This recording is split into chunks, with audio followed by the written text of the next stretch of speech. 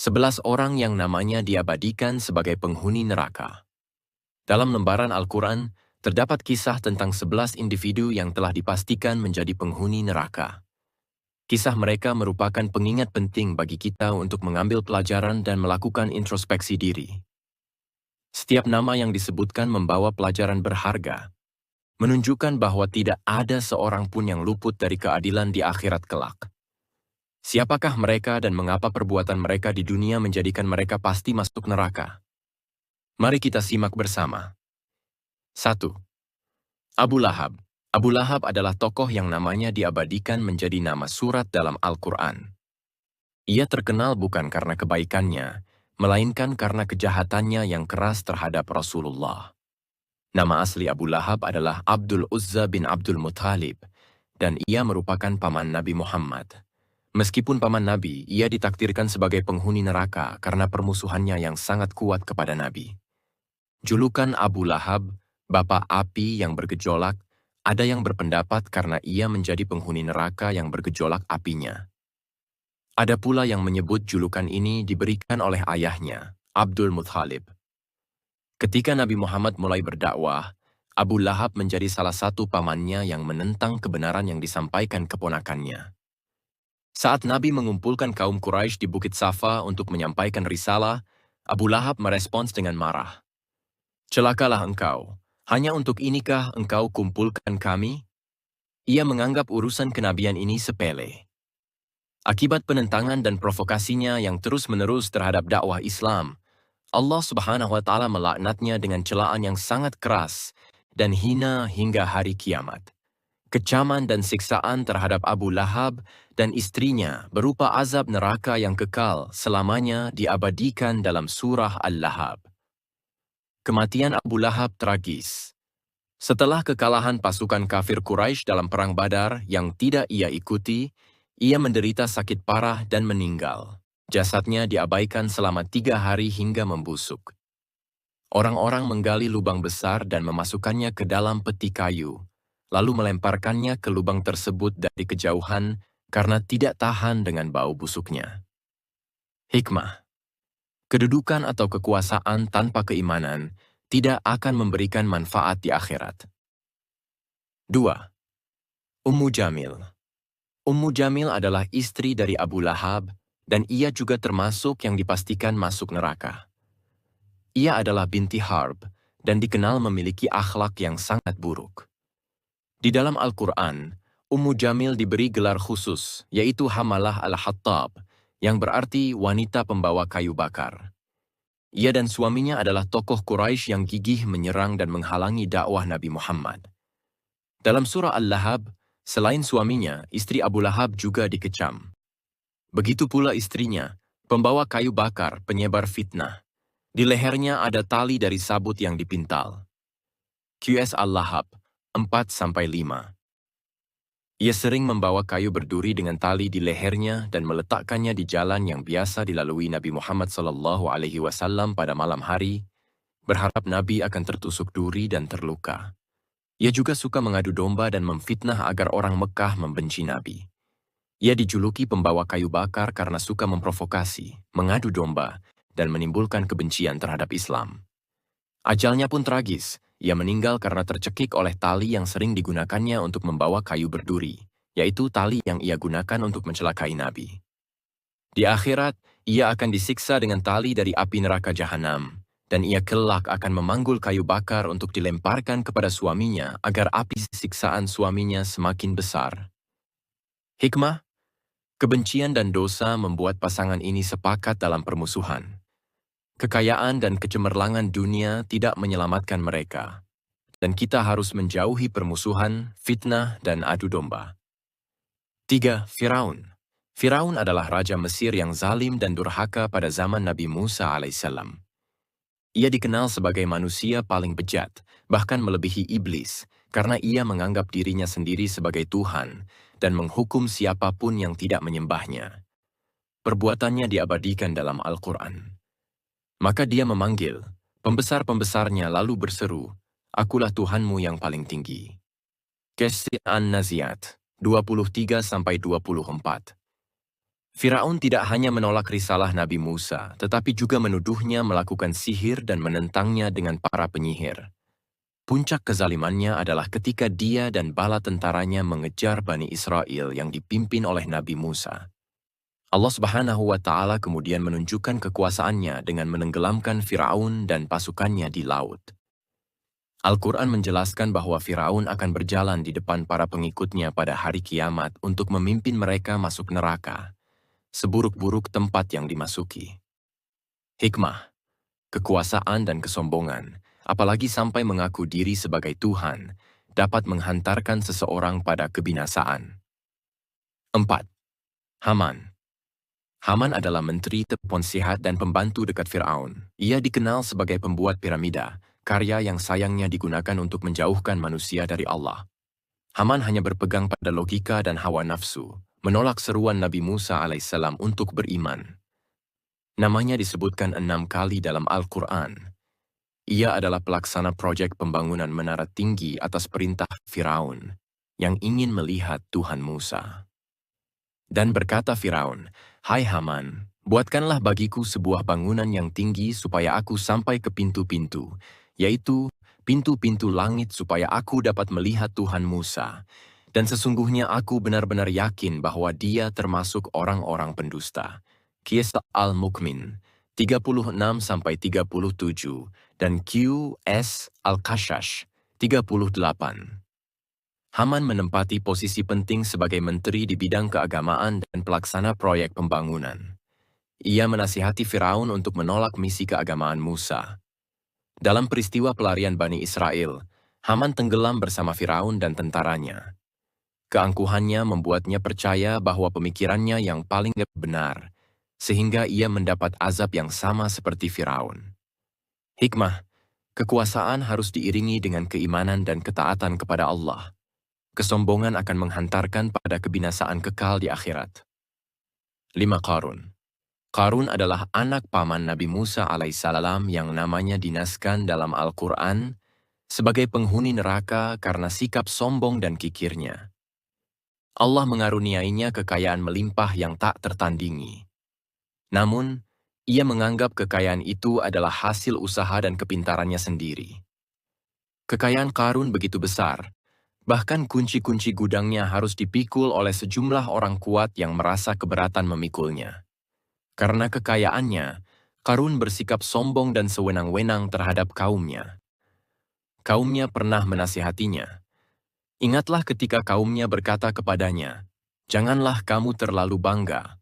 Sesungguhnya Allah tidak menyukai orang-orang yang terlalu membanggakan diri." Qiyas Al-Kashash 76. Namun ia menjawab dengan sombong, "Sesungguhnya aku hanya diberi harta itu karena ilmu yang ada padaku." Kisah Al-Kashash 78. Karena kesombongannya, Allah menghukumnya dengan menenggelamkan dia, rumahnya, dan seluruh harta kekayaannya ke dalam bumi. Hikmah, kesombongan dan rasa takabur menjauhkan kita dari kebahagiaan sejati. Kekayaan dunia hanyalah titipan. Kita harus memprioritaskan kebaikan dan amal saleh, serta menjaga niat agar tulus dan ikhlas. 6. Qabil. Qabil adalah putra Nabi Adam alaihissalam yang dipastikan masuk neraka karena membunuh saudaranya Habil. Kisah pembunuhan ini bermula ketika keduanya diperintahkan berkurban. Kurban Habil diterima karena dipersembahkan dari barang terbaik, sedangkan kurban Qabil ditolak karena dipersembahkan dari barang terjelek. Sejak saat itu, Qabil menaruh dendam dan akhirnya membunuh Habil. Dengan perbuatannya ini, Qabil menanggung dosa pembunuhan pertama di muka bumi dan dosa tidak mengikuti perintah Allah, menjadikannya penghuni neraka. Dalam dialog terakhir mereka, Habil berkata, "Sesungguhnya Allah hanya menerima kurban dari orang-orang yang bertakwa. Sungguh kalau kamu menggerakkan tanganmu kepadaku untuk membunuhku, aku tidak akan menggerakkan tanganku kepadamu untuk membunuhmu. Sesungguhnya aku takut kepada Allah, Tuhan seru sekalian alam." Qiyas Al-Maidah 27-28. Namun hawa nafsu Qabil menjadikannya mudah membunuh saudaranya, dan ia pun menjadi orang yang merugi. Setelah membunuh, Ia menyadari kesalahannya saat melihat seekor burung gagak menggali tanah untuk menguburkan bangkai gagak lain. Qabil menyesal. Aduh, celaka aku. Mengapa aku tidak mampu berbuat seperti burung gagak ini, lalu aku dapat menguburkan mayat saudaraku ini? Hikmah. Kisah Qabil menunjukkan akibat buruk dari kejahatan, kedengkian, dan kezaliman. 7. Kan'an adalah putra tertua Nabi Nuh dan salah satu yang durhaka kepada ayahnya. Ia menyembunyikan kekafiran dan kemunafikannya. Ketika bencana banjir besar akan datang, Kan'an yang kafir menolak untuk ikut naik bahtera. Nabi Nuh memanggilnya. Dan Nuh memanggil anaknya sedang anak itu berada di tempat yang terpencil. Hai anakku, naiklah ke kapal bersama kami dan janganlah kamu berada bersama orang-orang kafir. QS Hud 42. Dengan angkuh, Kan'an menolak dan bersikeras akan menyelamatkan diri menuju puncak gunung. Ia yakin air tidak akan sampai ke sana, namun air bah menenggelamkan puncak gunung tertinggi sekalipun. Kemudian, gelombang besar memisahkan mereka. Nabi Nuh sempat memohon kepada Allah agar putranya diselamatkan, karena Allah telah menjanjikan keselamatan bagi keluarganya. Allah menjawab bahwa Kan'an telah durhaka dan bukan termasuk keluarga yang dijanjikan selamat. Dieti Allah berfirman, "Wahai Nuh, sesungguhnya dia bukanlah termasuk keluargamu yang dijanjikan akan diselamatkan. Sesungguhnya perbuatannya adalah tidak baik. Oleh sebab itu, janganlah kamu memohon kepadaku sesuatu yang kamu tidak mengetahui hakikatnya. Sesungguhnya aku memperingatkan kepadamu supaya kamu jangan termasuk orang-orang yang tidak berpengetahuan." Kisah Hud 45-46. Kan'an adalah orang munafik yang membohongi ayahnya, dan Allah membongkar kebohongannya dan menenggelamkannya bersama kaum musyrik yang lain. Hikmah. Ketaatan adalah pondasi iman yang harus dipegang teguh, meskipun seseorang memiliki ikatan keluarga dekat dengan orang saleh. 8. Walighah. Walighah adalah istri Nabi Nuh alaihissalam. Meskipun istri seorang nabi, ia dipastikan masuk neraka karena kedurhakaannya dan penolakannya terhadap ajaran suaminya. Allah menjadikan istri Nabi Nuh dan istri Nabi Lut sebagai perumpamaan bagi orang-orang kafir. Allah membuat istri Nuh dan istri Lut sebagai perumpamaan bagi orang-orang kafir. Keduanya berada di bawah pengawasan dua orang hamba yang saleh di antara hamba-hamba kami. Lalu kedua istri itu berkhianat kepada suaminya masing-masing. Maka suaminya itu tiada dapat membantu mereka sedikit pun dari siksa Allah. Dan dikatakan kepada keduanya, "Masuklah ke dalam jahanam bersama orang-orang yang masuk jahanam." Kisah At-Tahrim 10. Menurut para ahli tafsir, pengkhianatan walighah bukanlah dalam hal kehormatan, melainkan ia tidak mau beriman dan selalu membocorkan rahasia dakwah Nabi Nuh kepada kaum yang menentang. Selama 950 tahun dakwah suaminya, ia selalu mengejek dan menolak beriman. Bahkan saat Nabi Nuh diperintahkan membuat bahtera, ia mengejeknya dan mengatakan, Nabi Nuh sudah gila karena membuat kapal di padang pasir. Hikmah. Ikatan pernikahan dengan orang saleh tidak dapat menyelamatkan seseorang dari murka Allah jika ia memilih jalan kekafiran. 9. Wailah. Wailah adalah istri Nabi Lut alaihissalam. Sama seperti istri Nabi Nuh, Wailah juga dipastikan masuk neraka karena mengkhianati suaminya. Nabi Lut diutus untuk mengeluarkan kaumnya, penduduk Sodom, dari kesesatan dan mengajarkan tauhid. Kaum Sodom dikenal melakukan perbuatan keji. Suatu hari, Nabi Lut kedatangan 3 tamu lelaki yang sangat tampan, yang ternyata adalah malaikat. Nabi Lut berusaha merahasiakan kedatangan mereka karena takut kaumnya akan melukai mereka. Namun Wailah yang mengetahui kedatangan pria-pria tampan itu, langsung mengabarkannya kepada kaum Sodom karena ia mendukung perbuatan keji kaumnya. Ketika azab diturunkan, Nabi Lut, keluarganya, dan pengikutnya diperintahkan meninggalkan kampung Sodom. Tak lama setelah itu, Allah menurunkan azab, menghancurkan kaum Sodom dengan batu-batu api dari langit, termasuk Wailah. Wailah dimusnahkan karena tidak hanya kafir dan mengkhianati agama suaminya, tetapi juga memberitahu kaumnya tentang tamu Nabi Luth, membeberkan rahasia Nabi, dan berpura-pura beriman di hadapannya. Oleh karena itu, Nabi Luth tidak dapat menolongnya. Hikmah: pengkhianatan, kedurhakaan, dan dukungan terhadap perbuatan maksiat akan divonis masuk neraka, meskipun terdapat ikatan perkawinan dengan seorang nabi. 10. Azar. Azar adalah ayah dari Nabi Ibrahim alaihissalam. Azar adalah pembuat berhala terkemuka yang dijadikan sesembahan masa itu.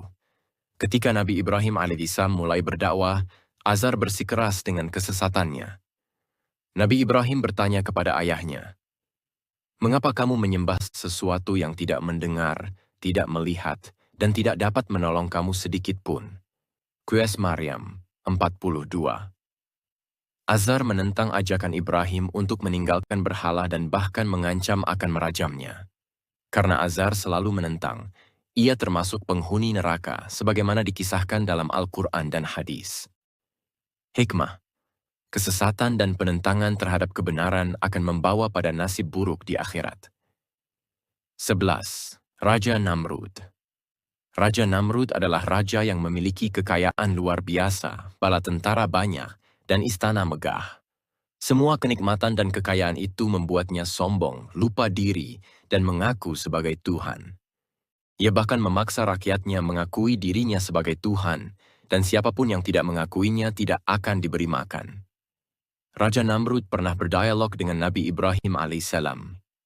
"Apakah kamu tidak memperhatikan orang yang mendebat Ibrahim mengenai Tuhannya, Allah, karena Allah telah memberinya kerajaan, kekuasaan?" Ketika Ibrahim berkata, "Tuhanku ialah yang menghidupkan dan mematikan," orang itu menjawab, "Aku pun dapat menghidupkan dan mematikan." Ibrahim berkata, "Kalau begitu, sesungguhnya Allah menerbitkan matahari dari timur, maka terbitkanlah ia dari barat." Maka bingunglah orang kafir itu. Qiyas Al-Baqarah 258. Ketika Raja Namrud menolak beriman, Allah mengazabnya dengan mengirimkan jutaan nyamuk yang menyerbu bala tentaranya hingga gelap. Salah satu nyamuk mengikutinya, masuk ke kepalanya melalui hidung, dan menyiksanya selama 400 tahun, selama ia berkuasa. Raja Namrud pun meninggal dunia dalam keadaan yang zalim. Hikmah: sifat sombong dan pengakuan diri sebagai Tuhan akan membawa pada azab yang pedih di neraka selamanya. Semoga kita semua selamat dari pedihnya azab neraka. Mari kita berlindung kepada Allah, berusaha untuk selalu berbuat baik, dan taat kepada Allah serta Rasul-Nya.